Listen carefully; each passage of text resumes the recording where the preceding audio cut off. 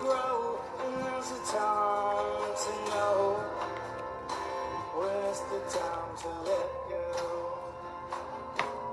There's a time to pay a price, and there's a time to be nice. And this is not the time.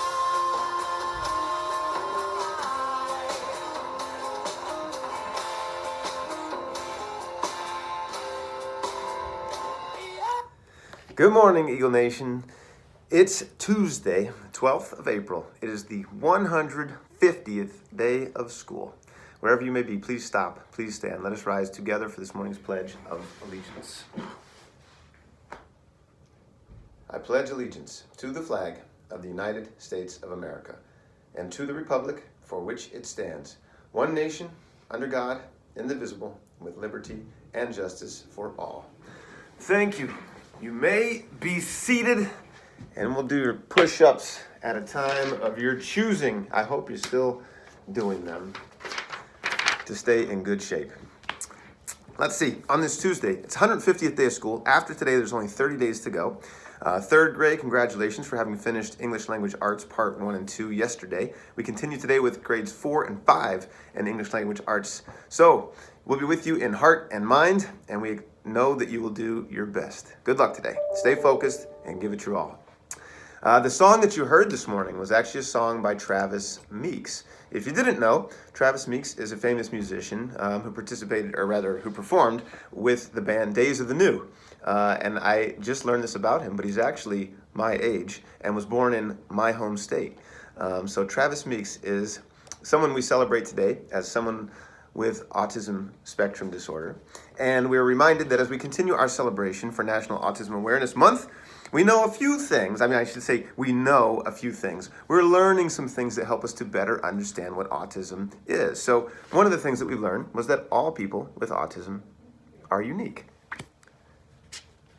We've learned that sometimes people with autism have difficulty seeing things from another's perspective. To be fair, many of us sometimes have this difficulty. And it isn't to say that many of us, whether you have autism or not, don't or can't take another person's perspective, just that it's difficult to do and maybe more difficult to do for people with autism. Sometimes people with autism may respond socially in atypical ways. Sometimes people with autism may have difficulty understanding body language and facial expressions. Sometimes, and this is new for us today, sometimes people with autism may learn, and many of them do learn, to communicate with pictures and sign language.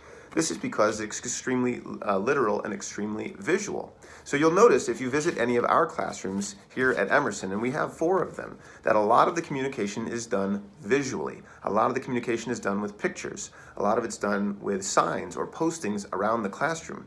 And what we're finding and actually moving towards here at Emerson is that as we look ahead to the next school year, it's not just good for people with autism. It's just really good communication. It's really clear communication. So the more visual we can be, the more we can pair language with visual or pair visuals with language, the clearer our communication can become for all. And therefore, the more inclusive it can become for all.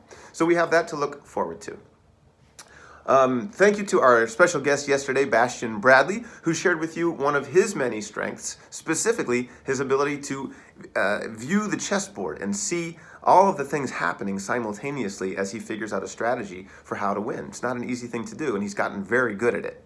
We'll have another special guest coming on tomorrow, so stay tuned for that. It will be another guest appearance, and I won't tell you more about it than that. We'll prepare it today so you have the opportunity to view it tomorrow. With that, it's Tuesday, which means after school today, school participatory budgeting will commence or continue today. It also means that after school tutoring continues for English Language Arts and for math, and means that soccer practice is today after school from 3:30 until 5:30. So if you're not involved, get involved. If you've been involved, it's a really important thing to do to be a well-rounded person. So thank you for your additional contributions of time, energy, and effort. Let's get to some words of wisdom so you can get to the business of teaching and learning. Today is on the topic of kindness. Once there was a little boy named Joe, and he was always gossiping, saying unkind things about other students. He would say things like, Judy's dress looks so stupid, or Harry's such a big baby. One day, his teacher brought an old feather pillow from home. She handed it to Joe and told him to take it outside and shake out all the feathers. He did. The feathers flew all over the playground and through the air. Then the teacher gave Joe a basket and asked him to go and collect all the feathers. He said, "But I can't. The wind blew them away." What's the moral of this story?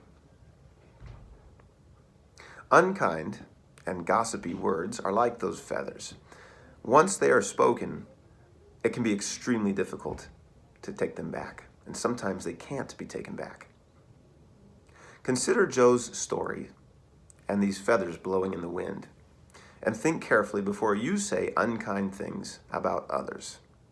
One of our values at Emerson, as you know, is to simply be caring. So be impeccable with your word today. Use kind words to build people up, not to break them down. With something to think about, this is Mr. Lodato. Mask up today. Increase your distance. Stay in your zone of your cohorts. Put away your phones, and then make it a great day or not. The choice is yours.